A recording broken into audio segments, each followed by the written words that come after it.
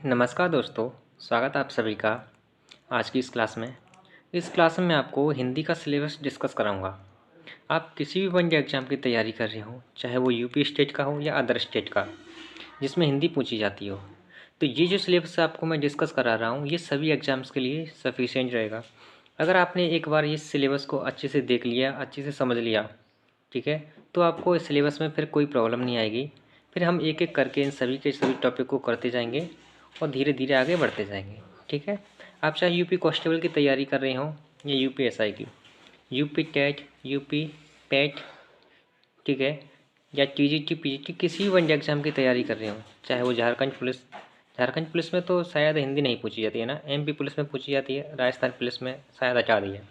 ठीक है, जिस यानी मेरे कहने का मतलब ये है कि किसी भी एग्ज़ाम में हिंदी अगर पूछी जाती है तो ये जो सिलेबस मैं आपको डिस्कस करा रहा हूँ, ये सभी एग्ज़ाम्स के लिए सफिशिएंट रहेगा। ठीक है, तो चलिए शुरू करते हैं। हिंदी का सिलेबस जो है, जो मैंने 3 खंडों में बाँटा है।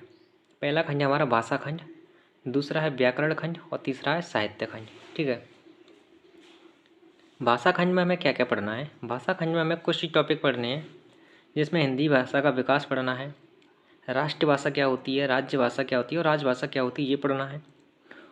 उपबोलियाँ, बोलियाँ, उपभाषा, भाषा समूह पढ़ने हैं, लिपियाँ पढ़नी हैं, मानक भाषा क्या होती है ये जानना है हमें, और विश्व हिंदी सम्मेलन इनके बारे में जानना है। ठीक है, नेक्स्ट बात करें व्याकरण खंड की। व्याकरण खंड को मैंने 4 उपखंडों में बांटा है, जिसमें वर्ण विचार है, शब्द विचार है, वाक्य विचार है और छंद विचार है।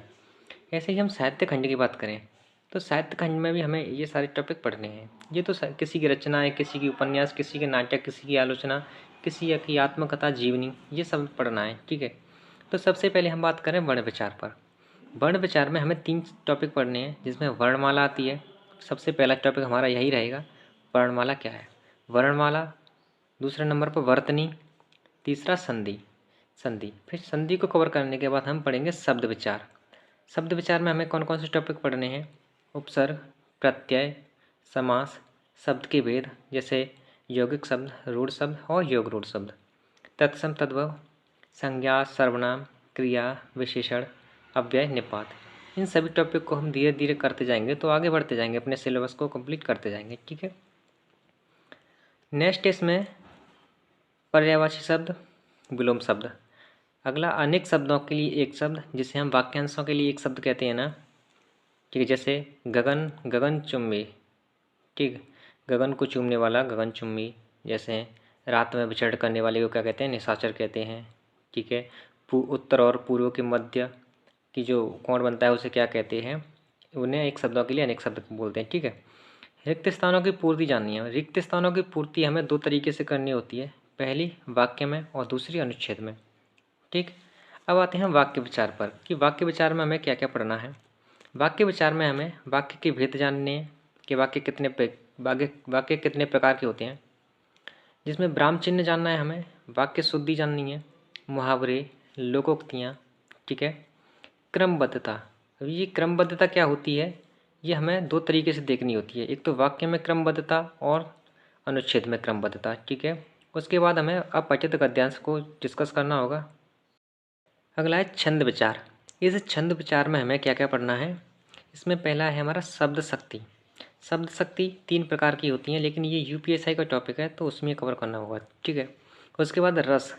रस सभी में पूछा जाता है, चाहे कोई भी एग्जाम हो। छंद, उसके बाद अलंकार। यानी हमें व्याकरण खंड में इतने सारे टॉपिक करने होंगे। अब आइए हम जानते हैं कि साहित्य खंड में हमें क्या क्या पढ़ना है। साहित्य खंड में हमें काव्य पढ़ना है, जिसमें हमें उपन्यास, लेखकों के किन किन लेखकों के उपन्यास पढ़ने हैं, किन किन लेखकों की कहानी पढ़नी है, वो हम अच्छे से डिस्कस कर लेंगे। ठीक है, नाटक पढ़ने हैं, एकांकी, आलोचना, निबंध, आत्मकथा, जीवनी, संस्मरण, रेखाचित्र, यात्रा वृत्तांत, रिपोर्ताज, भाषा इतिहास, शोध प्रबंध, साहित्य इतिहास, प्रमुख पत्र पत्रिकाएँ भी पढ़नी है। ठीक है, टीजीटी पीजीटी में, यूपी टेट में ये प्रमुख पत्र पत्रिकाएँ बहुत सारी पूछी जाती हैं। ठीक है, इनसे प्रश्न जरूर बनता है। प्रमुख पत्र स्थापनाएँ पढ़नी है हमें, प्रमुख वाद पढ़ने हैं, जैसे शुद्धाद्वैतवाद। ठीक है, प्रमुख दर्शन पढ़ने हैं हमें, प्रमुख गुरु और उनके शिष्य पढ़ने हैं, जैसे मीराबाई के गुरु कौन है? रैदास। प्रमुख उपनाम पढ़ने हैं, जैसे जयशंकर प्रसाद को क्या कहा जाता है? कलाधर कहा जाता है। ठीक है, ऐसे ही हमें प्रमुख तिथि या वर्ष जाननी है। प्रमुख तिथि में फॉर एग्जांपल 14 सितंबर को हिंदी दिवस मनाया जाता है। इसके बाद हिंदी में सर्वप्रथम। हिंदी में सर्वप्रथम का मतलब है कि हिंदी की पहली कहानी, हिंदी का पहला उपन्यास, हिंदी का पहला नाटक कौन सा है? ठीक है, नहुस, उपन्यास परीक्षा, कहानी इंदुमती। ठीक है, ऐसे ही हमें और रचना श्रावकाचार।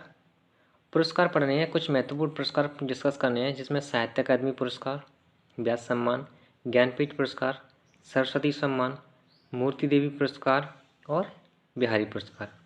यानी इन सभी टॉपिक को करने के बाद अगर एक एक से हम इन सभी टॉपिक को डिस्कस कर लेंगे तो आप किसी भी एग्ज़ाम में बैठ जाइए, किसी भी एग्ज़ाम को देने चले जाइए, किसी भी वन डे एग्ज़ाम को जिसमें हिंदी पूछी जाती है, तो आपसे एक भी प्रश्न नहीं बचेगा।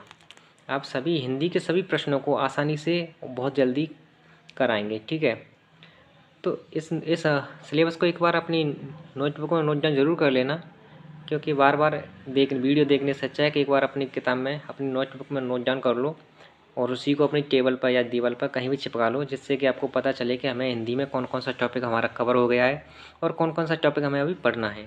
ठीक है, तो मैं उम्मीद करता हूँ कि आपको ये सिलेबस समझ में आया होगा।